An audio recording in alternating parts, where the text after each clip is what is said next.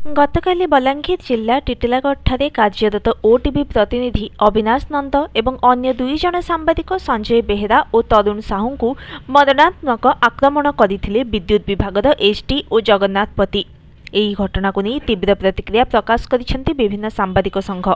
दोषी विरोध में दृढ़ कार्यानुष्ठान दाबी में कंटा बांजी प्रेस क्लब तरफ पुलिस डीजी उद्देश्य तहसिलदार को दाबी पत्र प्रदान कर ठीक सेहीपरि बलांगीर जिला सांबादिक संघ तथा एसयूजे बलांगीर शाखा तरफ जिलापाल एसपी एवं विद्युत विभाग अधीक्षण जंत्री को भेटी दाबी पत्र प्रदान कर दोषी विरोध में दृढ़ कार्यानुष्ठान ग्रहण करा नगले जोरदार आंदोलन धमक देइछन्ति विभिन्न सांबादिक संघ।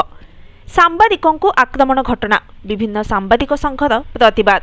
गतकाली बलांगीर जिला टिटिलागढ़ कार्यरत ओटीवी प्रतिनिधि अविनाश नंद एवं अन्य दुई जन सांबादिक संजय बेहेरा और तरुण साहू को मरणात्मक आक्रमण करथिले विद्युत विभाग एसटीओ जगन्नाथ पति।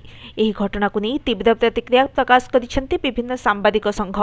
दोषी विरोध में दृढ़ कार्यानुष्ठान दाबी में कंटा बांजी प्रेस क्लब तरफ पुलिस डीजी उद्देश्य तहसिलदार को दाबी पत्र प्रदान कर ठीक सेहीपरि बलांगीर जिला सांबादिक संघ तथा एसयूजे बलांगीर शाखा तरफ जिलापाल एसपी एवं विद्युत विभाग अधीक्षण जंत्री को भेटी दाबी पत्र प्रदान कर दोषी विरोध में दृढ़ कार्यानुष्ठान ग्रहण न करागले जोरदार आंदोलन धमक देइछन्ति विभिन्न सांबादिक संघ। Bureau report news today. Titilagarh रे कार्यरत सांबादिकों ऊपर जो आक्रमण होइछि ताहाकु आमे दृढ़ निंदा करूछु और सांबादिक सुरक्षा आईन लागू करिबा पई आमे दाबी करूछु आ जेउ माने दोषी तांको